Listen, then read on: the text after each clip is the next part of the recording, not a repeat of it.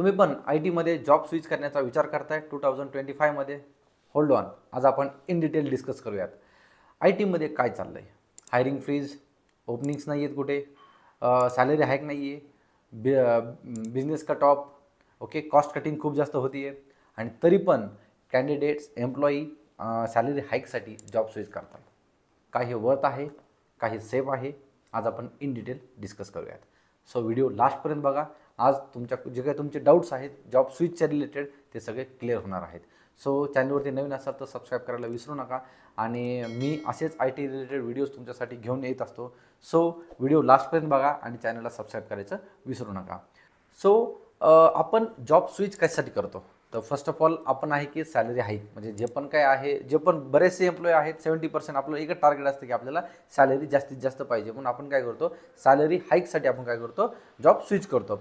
Second point काय आहे की यार बेटर न्यू ऑपॉर्च्युनिटी, आपल्याला जर एखादी जर नवीन ऑपॉर्च्युनिटी वगैरे जर भेटत असेल आणि आपण आपल्या कम्फर्ट झोनमध्ये बाहेर निघून आपल्याला ती ऑपॉर्च्युनिटी घ्यायची असते आणि आपण ती घेतली पाहिजे.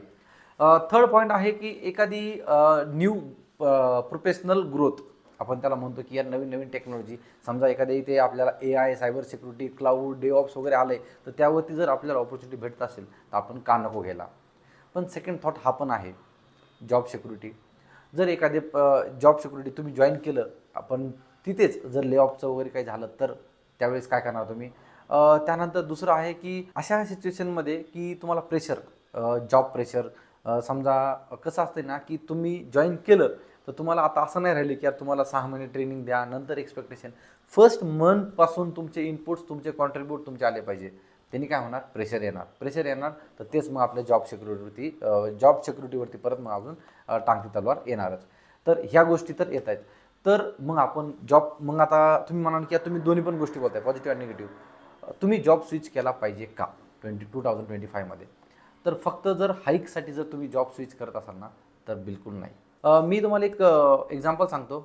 आता लाईव्हमध्ये माझा एक चांगला क्लोज फ्रेंड आहे, त्याच्यासोबत काय झालं मी सांगतो. कारण आम्ही ऑटोमेशन वगैरे सगळं सोबत केलं. तर सगळ्यांना माहिती की MNCमध्ये, मोठ्या मोठ्या कंपनीमध्ये 90 डेजचा नोटीस पिरियड असतो. तर त्या 90 डेज नोटीस पिरियडमध्ये काय झालं, त्यांनी 60 डेज म्हणून सांगितलं, ऑफर लेटर घेतली. त्यानंतर त्यांनी काही ना काही रिझन देऊन ते हँडल केलं आणि जॉईन केल्यानंतर 2 महिन्यानंतर तो प्रोजेक्ट ऑन होल्ड आला आणि त्याला तेवढा टाईमच नाही भेटला त्याचं स्वतःचं इनपुट देण्यासाठी त्या प्रोजेक्टवरती. तर त्याला 2 महिन्याची जी काही अमाऊंट आहे, जी सॅलरी आहे, ती देऊन त्याला ले ऑफमध्ये हे केलं. आणि आधीच्या जिथं होता ना तिथं तो 4 वर्ष होता. तो त्यांनी कॉल केला, परत घेतलं नाही त्याला, कारण माहिती एकदा जॉब सोडल्यानंतर कसं आहे ना, आपण विचारच करत नाही जॉब सोडताना. आपल्याला फक्त एकच टार्गेट ठेवतो, सॅलरी हाईक. माझं ह्या व्हिडिओच्या माध्यमातून सगळ्याला सांगणं आहे की फक्त सॅलरी हाईकसाठी जॉब स्विच करू नका. मार्केट कंडिशन चेक करा, मार्केटचं ॲनालिसिस करा, प्रोफाईल तुमची कशी आहे मार्केटमध्ये, त्या प्रोफाईलचं कसं आहे, तुम्ही स्किल आहात का. उद्या जर तुम्हाला कधी ले ऑफमध्ये किंवा फायर केलं तर तुम्ही स्किल आहात का, हे पण तुम्हाला म्हणजे चांगलं जमलं पाहिजे.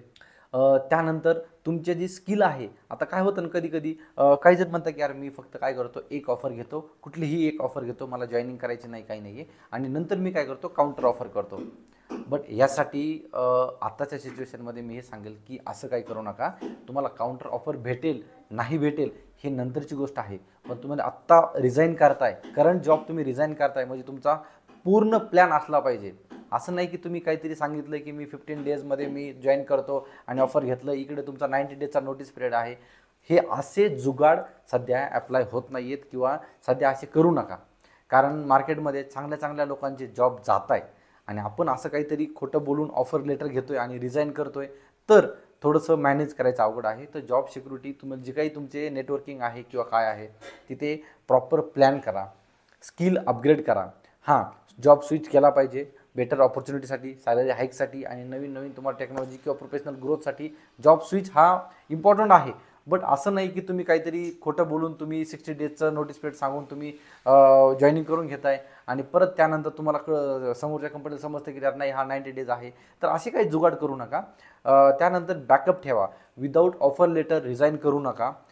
त्यानंतर सेविंग थोडीफार काही नाही म्हणा, सेविंग ठेवा, कारण जॉब स्विच हा इम्पॉर्टंट आहे. बट आपल्याकडे बँक बॅलन्स थोडंफार असलं पाहिजे. कोणाचं तरी मोबाईल लोन असतं, कोणाचं कार लोन असतं, कोणाचं होम लोन असतं आणि आपण डायरेक्टली जॉब स्विचचा विचार करतो. तर थोडंसं सेपर साईड खेळा यावेळेस. आणि यस, जॉब स्विच केलाच पाहिजे, बट त्याला काही कंडिशन्स आहेत. ह्या कंडिशन तुम्ही चेक करा आणि त्यानंतरच जॉब स्विच करा.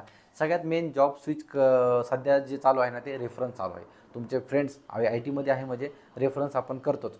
तर रेफरन्समध्ये कसं आहे ना, जर एखाद्याने मला समजा रिझ्यूम पाठवला आणि श्युअरिटी दिली की अरे मी कुठंही जाणार नाही आहे, मी काउंटर ऑफर घेणार नाही आणि 90 डेज नंतर मी तुझ्या कंपनीमध्ये तुझ्या टीममध्ये मी जॉईन करणार आहे.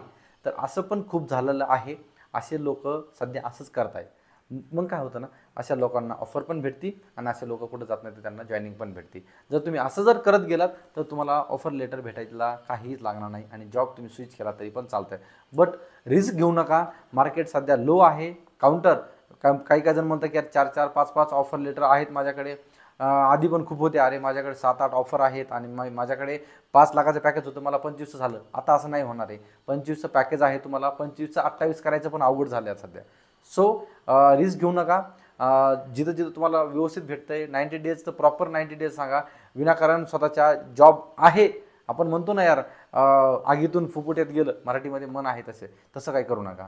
सो येस, जॉब स्विच करायचं असेल तर व्यवस्थित करा आणि मला कमेंटमध्ये सांगा की आताची खरंच सिच्युएशन जॉब स्विचसाठी आहे का. आणि येस, तुम्हाला व्हिडिओ आवडला असेल तर लाईक करा, तुमच्या फ्रेंड्सबरोबर पण शेअर करा आणि येस, चॅनलवरती नवीन असाल तर सबस्क्राईब करायला विसरू नका.